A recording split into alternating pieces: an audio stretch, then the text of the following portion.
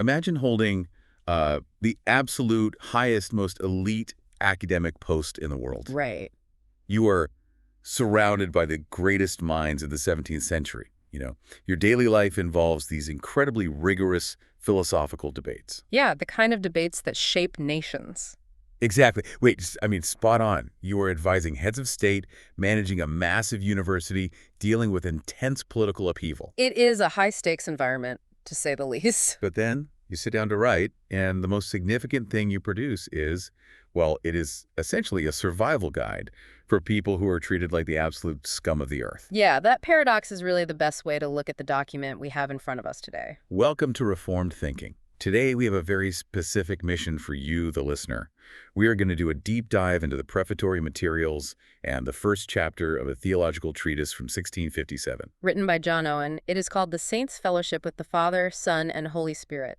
And our goal today is to take this really dense, highly illustrative text and map out the intricate mechanics of how human beings interact with the divine. Right, because we want to make this centuries-old text highly accessible and immediately applicable to your understanding of theology today. We really need to set the stakes right from the beginning here. When you look at the primary source material, you are dealing with an author who is trying to map out a massive objective reality. I mean, he is attempting to define the very architecture of how the infinite relates to the finite, and he is doing it with a level of precision that is, frankly, staggering. But before we look at the specific arguments Owen makes, you really need to understand the environment where this text was forged. Oh, absolutely. The political and social climate of 1657 was just incredibly volatile. The book hits the shelves while John Owen is acting as the vice-chancellor at the University of Oxford. And being vice-chancellor at Oxford in the 1650s was not some quiet administrative desk job. I mean,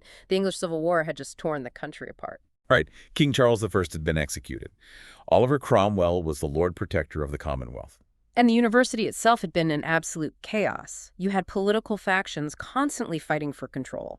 So Owen was placed in this high academic post to bring order, discipline, and scholarly rigor back to one of the most prestigious institutions on the planet. He was steeped in these scholarly debates, dealing with highly abstract concepts on a daily basis. Yet the substance of this book, the actual core material, does not come from those Oxford halls. No, it doesn't. It comes from sermons he preached much earlier to his local congregation in a place called Coggeshall. These were everyday people. I mean, farmers, tradesmen, families, just trying to survive in a really tumultuous era. That tension between the academic and the pastoral is, I think, the only way to really understand this text. Spot on. You have a man in a high academic post, but the material he is refining was originally designed to bring comfort and joy to an everyday, local congregation.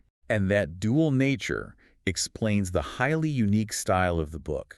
You get these intricate theological divisions, the kind of structured academic thinking you would expect from Oxford. Right, combined with a passionate, sanctified emotion that really belongs in a pastoral setting. In his own preface, Owen mentions a 6-year delay in the publication of this work. Which is a long time. It is. He says the specific reasons for the delay are not of public concern, but he notes that he used that time to revisit, enhance, and add to his initial ideas. He basically says his original promise to publish the work became a mere occasion, or rather just an excuse for the massive, sweeping document it eventually turned into. I always think of it like a master chef who spends half a decade refining a single recipe before opening a restaurant. That is a great way to put it. He was not rushed. He simmered the text. He tested the ingredients, altered the proportions, and let the flavors meld. He was constantly revisiting the initial ideas and making them stronger, ensuring that every single theological nuance was perfectly balanced. And we get a very clear sense of how that simmered result was received through the introductory note written by a man named Daniel Burgess. Burgess writes this preface addressed to the reader, and man, he sets the stakes incredibly high right out of the gate. Oh, he really does. He compares Owen's work favorably against these classic Roman texts. He brings up historical figures to make his point. He says that kings like Alphonsus of Spain and Ferdinand of Sicily found healing and sustenance in reading classical historians. Right, guys like Livy and Quintus Curtius. Because those kings were looking for strategy or comfort or a sense of historical grounding. But then Burgess pivots. He says that Owen's work offers far nobler nourishment and incomparably more potent remedies. He literally calls it the food of angels and manna to devout Christians. We need to pause and think about what Burgess is claiming here, especially for the listener. Yeah, let's unpack that. In the 17th century, medicine was pretty rudimentary, and life was incredibly fragile. Disease, plague, civil war, these were ever-present realities. So when Burgess calls this theological treatise a remedy in manna, he is not speaking metaphorically about a nice emotional pick-me-up. Right. He is saying that this specific theology is actual spiritual medicine. He quotes the ancient writer Pliny, saying this book provides things that contribute to grace and comfort to a holy and vibrant life. I find that so fascinating, because today, people often treat theology like, well, like a personality quiz, you know? Oh, totally. We take a test to figure out which theological camp we fit into, and then we argue about it on the internet. Yeah, it becomes just a badge to wear. But in 1657, they treated theology as a literal survival mechanism. It was the only thing keeping them from total despair. That is precisely the point. And because it was viewed as a matter of spiritual life and death, Burgess does not just offer praise, he issues some very sharp critiques of the religious environment of his day. Yeah, he points out that very few people actually cling to the text of Scripture. Instead, he says many content themselves with scholastic and senseless jargon, and most people just anchor their faith blindly to the teachings of whatever mentors they happen to have. That critique feels very modern, doesn't it? It really does. Human nature doesn't change much. He is praising Owen for avoiding that trap. Yeah. Even though Owen is at Oxford, he is not producing senseless jargon, he is producing manna. And Burgess is drawing a very hard line in the sand here. On one side, you have the devout Christians who will find this to be the food of angels. Right. On the other side, you have the Socinians. Burgess says that to the Socinians and their allies, this book is as worthless as a stone and serpent. We should probably clarify who the Socinians were for the listener, because this explains the entire controversy surrounding the book. Yeah, that is a crucial piece of context. The Socinians were essentially the early precursors to modern Unitarianism. They followed the teachings of a man named Fausto Sozzini. Right? Yes. And they explicitly denied the preexistence of Christ. They denied the orthodox doctrine of the Trinity, and they denied the idea that Jesus paid a penal substitute on the cross. So to a Socinian, Jesus was a highly moral human being, a great teacher, and a unique representative of God. But he was not God the Son, the second person of the Trinity. Right, so if you do not believe Jesus is divine, you absolutely cannot have distinct communion with him. Exactly. I mean, spot on. To commune with a mere creature, a created being, in the way Owen describes, would be outright idolatry. That is why Burgess uses the imagery of the stone and the serpent. It is a reference to the words of Jesus in the Gospels, where Jesus asks what father would give his son a stone when he asks for bread, or a serpent when he asks for a fish. Burgess is saying that to the Orthodox believer, Owen's book is bread and fish. It is life-giving. But to the Socinians, because it elevates Christ and the Spirit to the level of divine persons meant for distinct worship and fellowship, the book is repulsive. It is a stone and a serpent. This intense hatred from the Socinians brings us directly to the core subject matter of the text. It really does. Because if we are going to understand why this book caused such a theological stir, we have to look at what Owen actually means by the word communion. The prefatory note provided by the modern editor explicitly warns the reader about this. Yeah, it states that misunderstanding Owen's specific definition of communion leads to massive misconceptions about his whole project.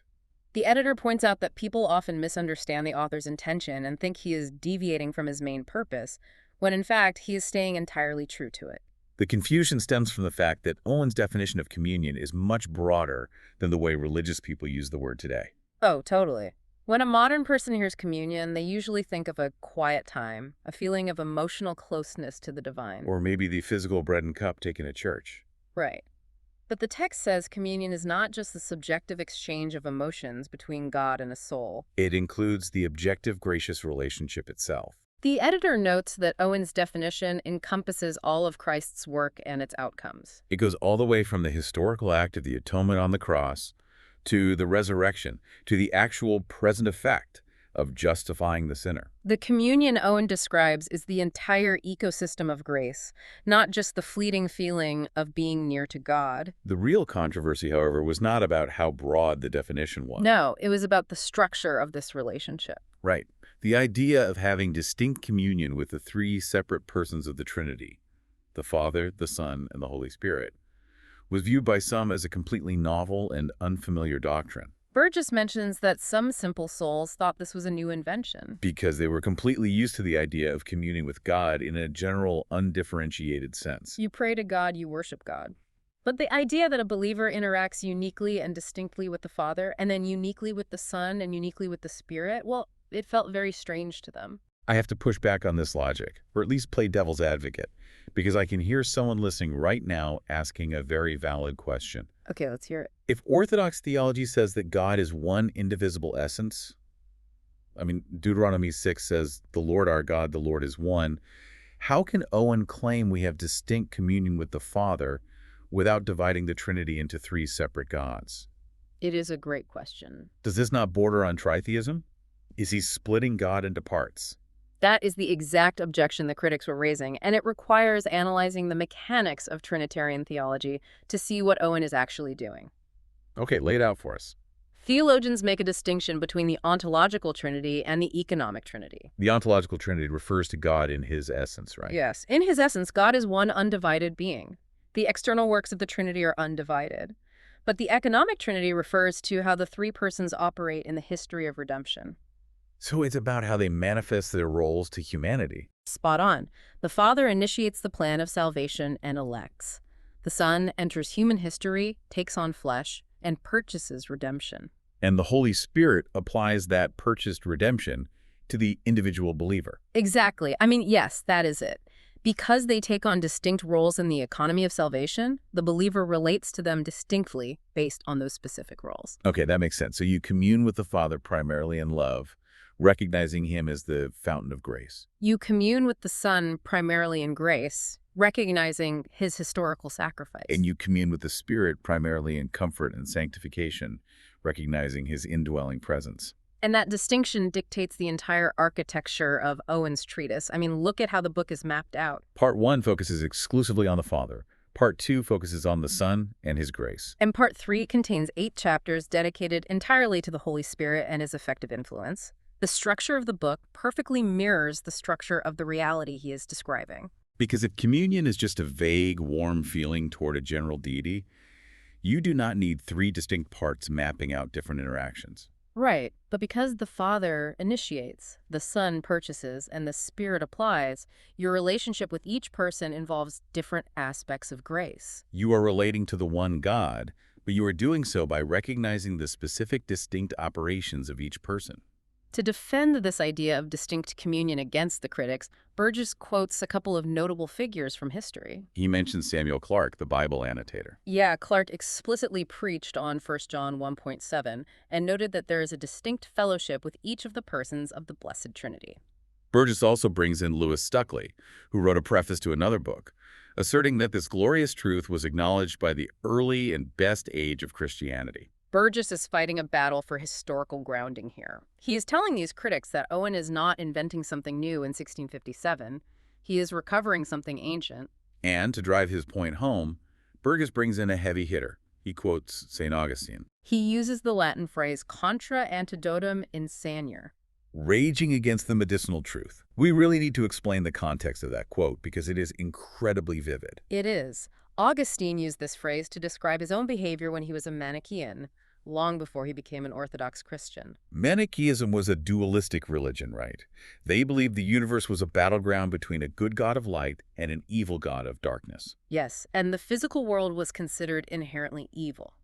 When Augustine was caught in this system, he was exposed to Orthodox Christian truth, but he fought against it fiercely. Looking back later in his life, he admitted that he treated his error as his god, and he raged against the very truth that was meant to heal his soul. Burgess takes that autobiographical confession from Augustine and aims it directly at Owen's critics. He is warning them, do not rage against this doctrine of distinct Trinitarian communion. It is the medicine you need. You might be unfamiliar with it, it might feel strange to you, but do not treat your unfamiliarity as a valid reason to reject the cure.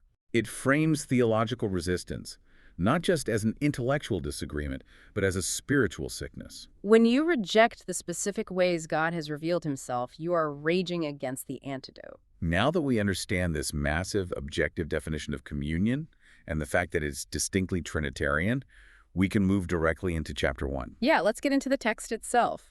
Before Owen can explain the beauty of this communion, he knows he has to prove why it is completely unnatural for humans to experience it in the first place. He anchors the entire first chapter on a specific text, 1 John 1.3.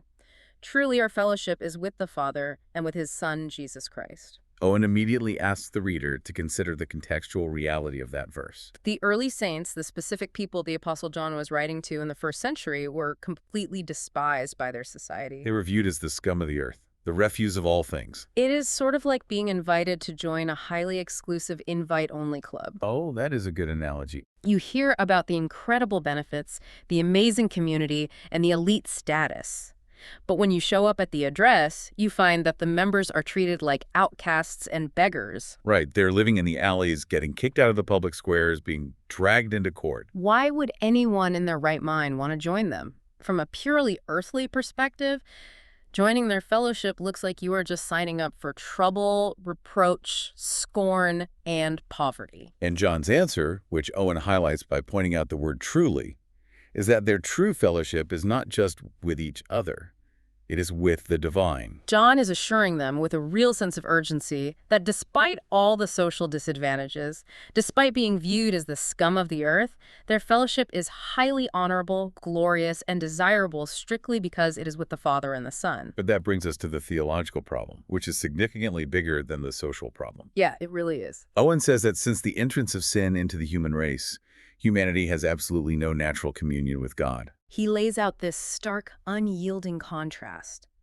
God is light, and we are darkness. God is life, and we are dead. God is love, and we are enmity. He backs this up with a series of scriptural hammers. He quotes Amos 3.3. Two cannot walk together unless they agree. He references Ephesians 2.1, pointing out that humanity is without God in the world. He brings in Ephesians 4.1e, stating that people are alienated from the life of God through their ignorance. The chasm is absolute. As long as this distance exists, there can be no walking together in fellowship. Owen says our initial relationship with God was completely lost through sin, and we had no possibility of self-recovery. The bridge was completely destroyed from our side, and we do not have the materials to rebuild it. This raises a massive philosophical issue, one that secular philosophers have wrestled with for centuries. Owen actually brings up an unnamed great philosopher in the text, which is almost certainly a reference to Aristotle. Let's look into Aristotle's logic there.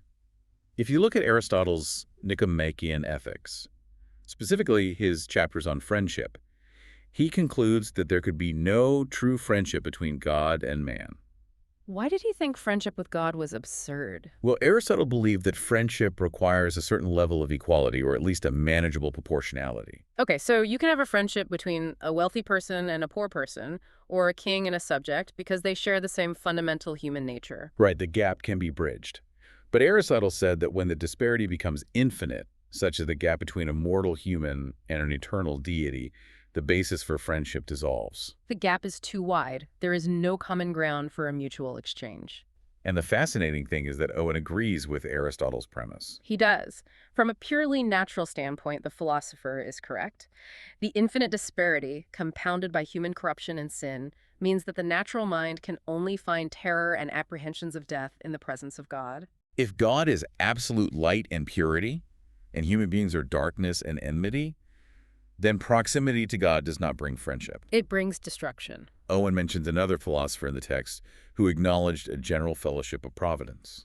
Meaning he understood that God keeps the world spinning, causes the rain to fall, and sustains the natural laws of physics. But that philosopher realized you cannot have anything more personal than that. You can acknowledge a creator, but you cannot be friends with him based on natural mechanics. So if natural self-recovery is completely impossible, and the greatest human philosophers deemed this kind of friendship mathematically and morally absurd, how was the gap bridged? This leads directly to the historical progression of God's solution. The only gateway to this communion is the manifestation of pardoning mercy. No human effort can cross the chasm. The text states that this mercy is entrusted solely to the one in whom it resides, who purchased it, dispenses it, and reveals it from the Father's bosom. The solution must come entirely from the divine side of the chasm. And here is where Owen maps out this historical progression from the Old Testament to the New Testament. He looks at the biblical record and notes that Old Testament saints did experience this communion in substance. He lists Abraham, who was explicitly called God's friend. He lists David, a man after God's own heart. And Enoch, who walked with God so closely that he was taken away. They had the substance of the communion. They genuinely interacted with the true God. But Owen points out that they lacked clear light. He notes that under the first tabernacle, under the Old Covenant sacrificial system, the way into the holiest was not yet manifest. He uses two very specific Greek terms to describe what they lacked. He says they lacked boldness, using the word parrhesia. And he says they lacked liberty or freedom, using the word eleutheria. They lacked these things because their approach to God was physically and ceremonially veiled. This is a vital distinction in Owen's theology. We need to clarify the difference between having communion in substance versus having it with boldness and liberty. Yeah, because what did the daily reality look like for King David versus a first-century believer in the early church? I mean, David wrote the Psalms. He experienced intense emotional closeness to God. If David had this substance, why does Owen say he didn't have the boldness? Think about the physical structure of Old Testament worship. The temple had massive physical boundaries. Right. There were courtyards for the Gentiles, courtyards for the women, courtyards for the men, and the holy place for the priests. And then there was the Holy of Holies, the direct presence of God. It was separated by a massive, thick veil. Only the high priest could enter, only once a year on the Day of Atonement, and only with the blood of a sacrifice. Historical sources say that veil was incredibly thick. It was an intimidating physical barrier. If you stepped out of line, if you approached God without the proper ceremonial cleansing, the consequence was instant death. So while David knew God intimately, while he knew God's character, his mercy, and his steadfast love, the physical and ceremonial barriers were still up. The way had not yet been physically and historically opened. There was an ever-present, terrifying reminder of the distance, even for the most devout saint. The objective barrier created a subjective hesitation. You could be God's friend, but you still approach the temple with a real sense of terror. Precisely. But the New Testament introduces a new and living way. The text quotes Hebrews 10:20, saying this way is open through the veil, that is, his flesh. That is a staggering theological connection. The veil of the temple tearing from top to bottom when Christ was crucified is not just a neat historical detail. No, it represents the tearing of Christ's physical flesh, which objectively removes the barrier of sin. And because that objective historical barrier is removed, the subjective experience of the believer changes entirely. We now have access with confidence by one Spirit to the Father, as Ephesians 2:18 says. We gain parrhesia, which is the bold speech of a citizen in a free assembly. And we gain eleutheria, which is the freedom of a son in his father's house, rather than the fear of a slave. The distance is removed only on the foundation of Jesus Christ's existence and full manifestation. The historical reality of the cross changes the posture of the believer from one of veiled distance to one of bold, confident access. The objective reality changes the subjective experience. The tearing of the flesh opens the door. So, having established that this impossible gap is actually bridged through Christ, we now have to classify what this interaction looks like on a daily basis. Owen wants to make sure we do not confuse this high spiritual communion with lesser forms of human interaction, so he defines it by ruling out what it is not. Owen categorizes general communion by looking at three earthly types of shared participation. He looks at how humans interact with each other to show how we do not interact with God. Let's walk through those three earthly types. The first one is the communion of nature. This is simply sharing flesh and blood. The text references Hebrews 2:14, where it says that since the children are partakers of flesh and blood, Christ himself also took part of the same. So, just being human means you share a communion of nature with all other humans, and by extension, with the humanity of Christ. But sharing human DNA with Jesus does not save you.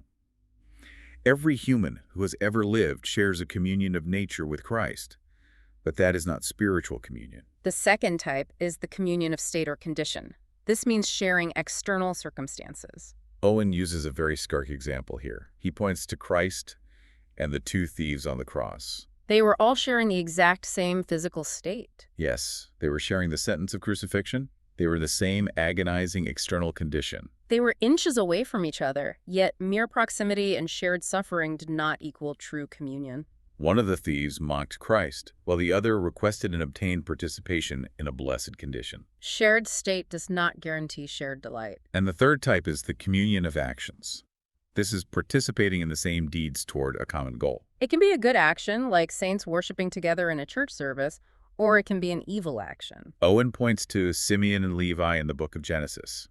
They shared communion as brothers in their cruel act of revenge and murder against the men of Shechem. By laying out these three earthly types, nature, condition, and action, Owen sets the stage to define what true communion with God actually is. And he does it by negating the previous three. True spiritual communion cannot be just natural. It cannot be based simply on being in the same physical state or condition. And it cannot be just doing the same actions. So what is it? Owen gives his final definition, and it is a masterpiece of precision.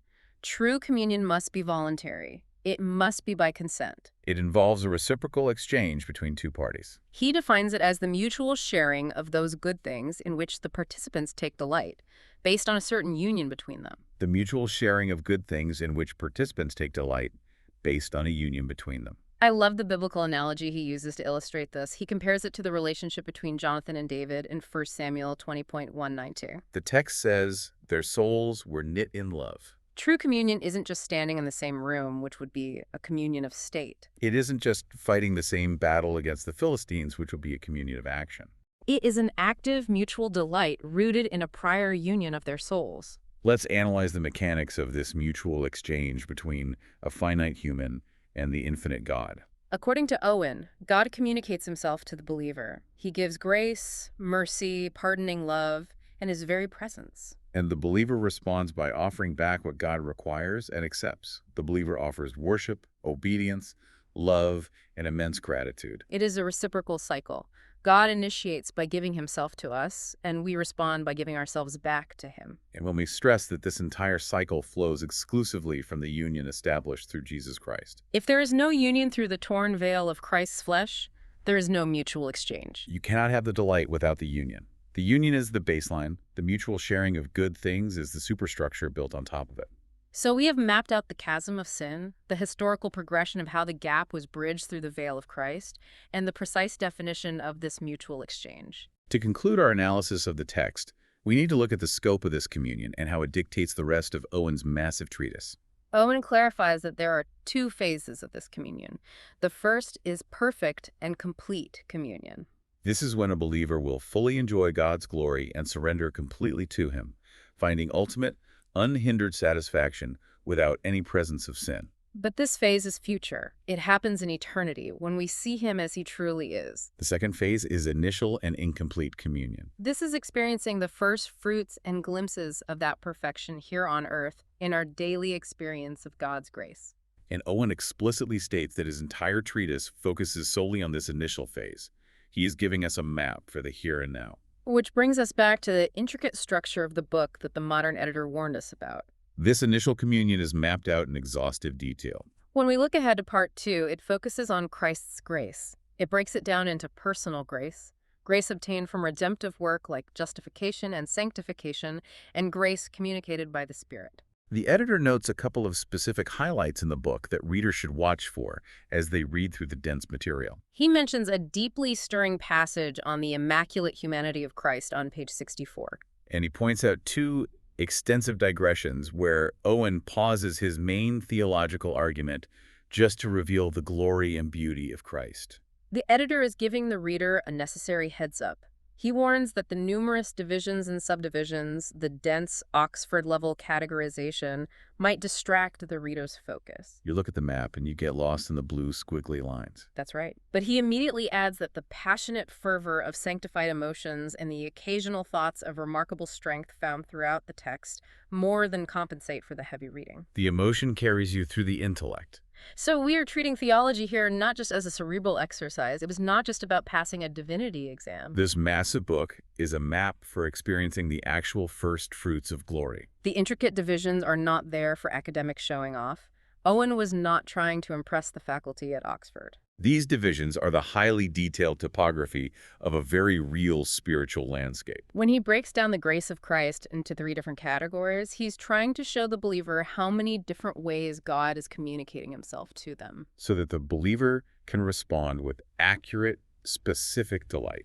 Let's step back and summarize the massive progression we have covered today. We started with a 1657 publication that was delayed for 6 years, so a vice-chancellor could simmer his pastoral sermons into a masterwork, offering spiritual medicine in a time of political and physical chaos. We examined a highly controversial definition of distinct Trinitarian fellowship, a doctrine that the Socinians viewed as a stone and a serpent. But which Burgess defended as the very food of angels, warning critics not to rage against the antidote like a Manichaean Augustine. We looked at the impossible chasm between light and darkness, a gap so wide that Aristotle called friendship between God and man mathematically and morally absurd. We saw how that gap was bridged historically, moving from the veiled substance of the Old Testament saints to the bold, confident liberty of the New Testament, opened objectively through the torn flesh of Christ. And finally, we define true communion not as a shared state or a shared action, but as an active, voluntary, mutual exchange of delight